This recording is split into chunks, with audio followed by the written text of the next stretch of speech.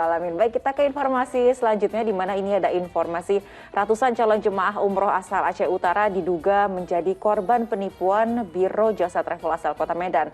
Meski telah menyetorkan biaya paket umroh tahun 2016, hingga kini mereka belum mendapatkan kejelasan jadwal keberangkatan.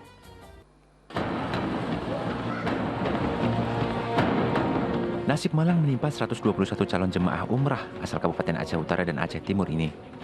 Bukannya mendapatkan jadwal keberangkatan setelah melunasi pembayaran, mereka justru terkatung-katung tak dapatkan kejelasan. Mereka pun mengaku kecewa lantaran tak sedikit jemaah yang terlanjur menjual ternak dan sawah demi segera berangkat ke Tanah Suci. Namun janji-janji hingga 4 tahun berjalan tak juga terpenuhi. Kami telah melakukan semua administrasi, termasuk vaksin, termasuk ongkos mobil. Sudah kami selesaikan semua, tinggal kami berangkat termasuk paspor. Sudah kami lakukan.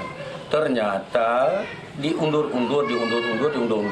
sampai sekarang. Tak hanya calon jemaah, perwakilan travel di Kabupaten Aceh Utara pun merasa tertipu oleh kantor pusat travel yang berada di Medan.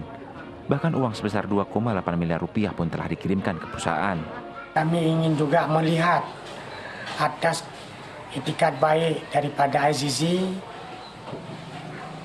ternyata sudah sampai dengan 2018 itu belum ada kesimpulan untuk pemberangkatan dan pengembalian uang. Calon jemaah umrah dan agen travel pun telah menempuh berbagai cara. Bahkan mereka juga telah melaporkan kasus ini ke Mabes Polri sejak tahun 2018 lalu, tapi belum juga tertangani. Mutaridin Yakub melaporkan dari Aceh Utara, Aceh. Astagfirullah, semoga para calon jemaah yang sudah menyetorkan uang bisa segera mendapat kepastian berangkat umroh. Nah, Pak Ustadz, kasus penipuan berkedok travel umroh ini kan sering kali terjadi. Adakah tips dari Pak Ustadz untuk kepada para jemaah dalam memilih travel umroh yang kredibel? Apa saja yang perlu diperhatikan? Ya, Mbak Wanda, umroh ini kan perjalanan ibadah agung, ibadah mulia menuju Tanah Suci yang doanya mustajab, banyak tempat-tempat mustajab dan pahalanya dilipat gandakan oleh Allah. Karenanya kita penting untuk menyeleksi dan memilih agensi atau travel yang akan memberangkatkan ibadah agung kita. Ibadah ini dalam rangka kita menjalankan kedekatan dengan Allah. Maka kita memilih travel yang betul-betul pernah punya pengalaman pemberangkatan yang sudah biasa dijalankan dengan bagus. Tahapan pertama, gelombang kedua, dan seterusnya. Dari pengalaman memberangkatkan itu kita bisa menilai bahwa insya Allah travel ini bertanggung jawab, dapat dipercaya, karena buktinya sekian banyak jemaah sudah menjalankan ibadah umroh bersama travel tersebut. Demikian juga tentu ada standar masuk akal tentang biaya umroh. Jangan sampai tergiur dengan biaya yang rendah, namun akhirnya kita ditipu atau tidak diberangkatkan. Karena tentu kita dapat mempertimbangkan bahwa sesungguhnya tiket pesawat sekian, kemudian hotel sekian, makanan konsumsi dan sebagainya. Kalau kita membaca perhitungan itu dengan detail, maka kemudian kesimpulan kita insya Allah harga sekian itu patut. Karena memang ada konsekuensi dari perjalanan yang sangat panjang itu. Memilih bukan berdasarkan harga paling murah, tapi memilih yang patut. Bahwa harga sekian itu sangat berpatutan. Kalau kemudian harga di bawah itu, ini ada sesuatu. Dikhawatirkan ada unsur-unsur atau modus penipuan. Maka kita hindari pula. Demikian juga tentu kita memilih travel itu yang betul-betul legal, ada izin dari Kementerian Agama dan memang sudah ada izinnya. Dan izin itu adalah dalam rangka menenangkan. Kata para ulama, ibadah itu kan dijalankan dengan tenang. Baik sebelum pelaksanaan, pada saat pelaksanaan maupun setelah pelaksanaan. Subhanallah. Dari awal kita sudah tenang ketika kita menitipkan uang untuk ibadah umroh, melunasi biaya umroh. Ada ketenangan. Saat prosesi perjalanan ibadah umroh juga kita tenang. Dan kemudian pulang ke tanah air kita juga dalam keadaan tenang. Kita berusaha bahwa ibadah agung ini kita jalankan dengan sebaik-baiknya. Karenanya jangan khawatir dalam tanda kutip dengan dana. Insya Allah dana yang kita berikan adalah untuk ibadah. Allah ganti dengan yang lebih baik. Allah ganti yang lebih berkah dari harta yang pernah kita alokasikan untuk ibadah umroh.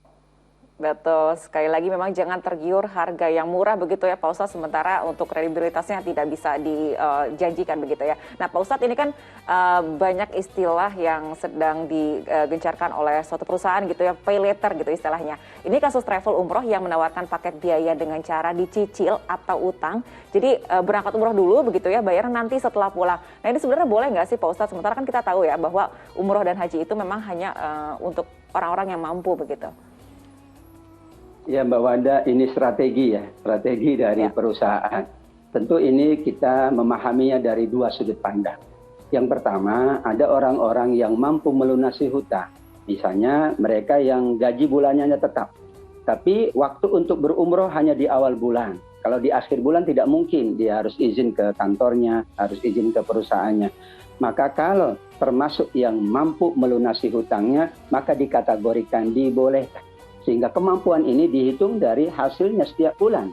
Namun yang kedua, kalau memang ia tidak mampu, betul-betul ya penghasilan bulanan pun tidak mencukupi, bahkan untuk kebutuhan sehari-hari pun ia kesulitan, maka ini diringankan untuk tidak menunaikan umroh dan tidak perlu sampai berhutang atau sampai ya meminjam dulu ke travel, nanti dibayar pada saat ia mampu.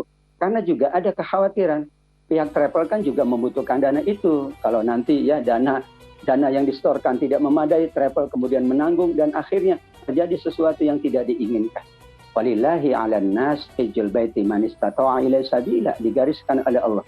Untuk ibadah sekalipun ada yang bernama istita'ah, kemampuan. Karena sekarang ada teknologi yaitu gaji bulanan, penghasilan yang sudah tetap, maka seseorang dapat menghitung dirinya. Kalau berhutang dan ia mampu melunasinya berdasarkan ya penghasilan yang rutin, penghasilan yang insya Allah ia memadai, maka dibolehkan oleh para ulama karena ini adalah untuk memudahkan. Persoalannya adalah waktu kadang-kadang.